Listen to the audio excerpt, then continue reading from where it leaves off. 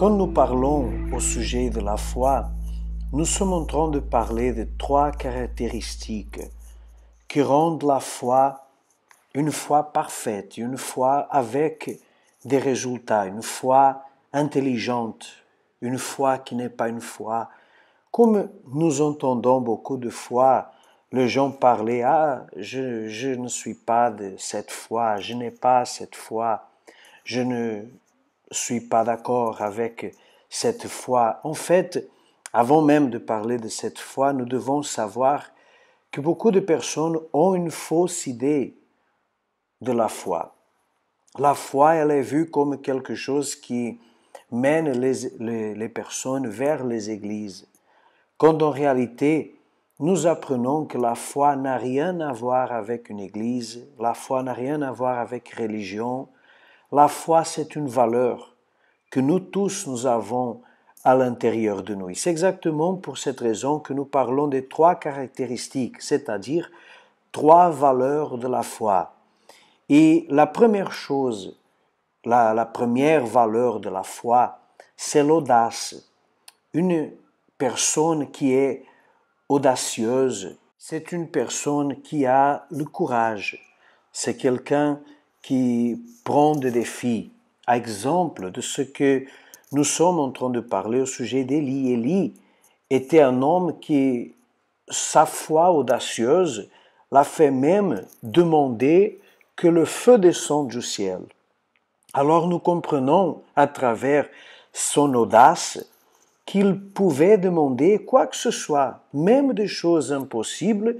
Une personne audacieuse, elle peut l'avoir. Bien sûr que nous parlons d'une audace sans être mal interprétée, une audace sans malice, une audace sans vouloir faire le mal aux autres, parce qu'il y a aussi des personnes qui désirent des choses juste pour prouver qu'elle est mieux que l'autre, ou peut-être pour montrer aux autres qu'ils sont aussi capables, comme ils sont capables, ils peuvent aussi être capables, que sont de mauvaises intentions. Mais la foi audacieuse, elle est une foi qu'elle prend des défis. Et c'est exactement pour cette raison qu'Élie, quand il a agi cette foi, il a sacrifié pour cette foi, pour quelque chose qui était impossible.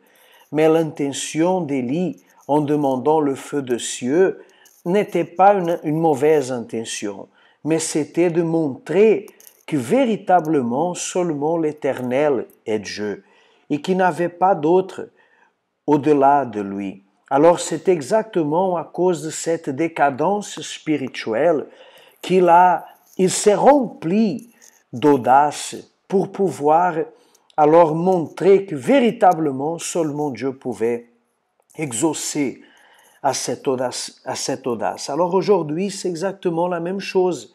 Parfois, vous êtes en train de passer par une situation où seulement une foi audacieuse peut vous relever parce que vous avez déjà entendu énormément de paroles négatives, énormément de circonstances, de difficultés.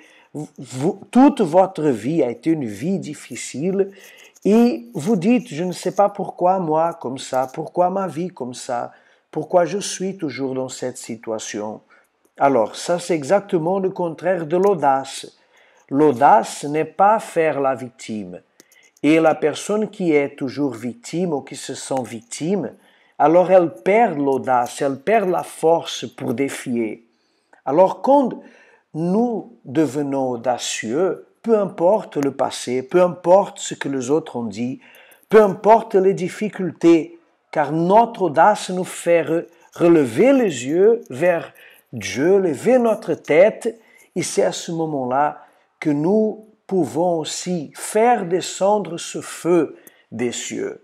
Spirituellement parlant, bien sûr, nous pouvons faire descendre la réponse, nous pouvons faire arriver la transformation dans notre vie. C'est exactement pour cette raison qu'aujourd'hui nous vous parlons de la première vertu ou la première valeur de la foi, qui c'est l'audace. Une foi audacieuse, c'est une foi qui fait l'impossible devenir possible, c'est une foi qui a le courage, C'est une foi qu'elle va contre tout, contre tous, contre tous les obstacles, toutes les situations.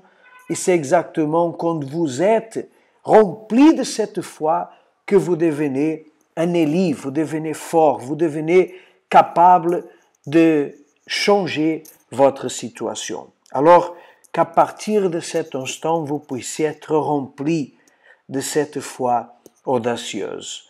Nous serons demain en train de parler au sujet de la deuxième vertu, la deuxième valeur de la foi.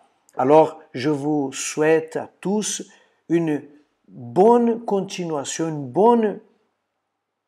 un bon exercice de cette foi. Car certainement, si vous le mettez en pratique, vous allez voir que tous vos problèmes vont être beaucoup plus petits que ce qu'ils semblent être. Car vous allez vous remplir d'audace, de valeur, de force, de foi, et vous allez pouvoir les surmonter. Que Dieu vous bénisse à tous et Dieu bénisse aussi toute votre famille.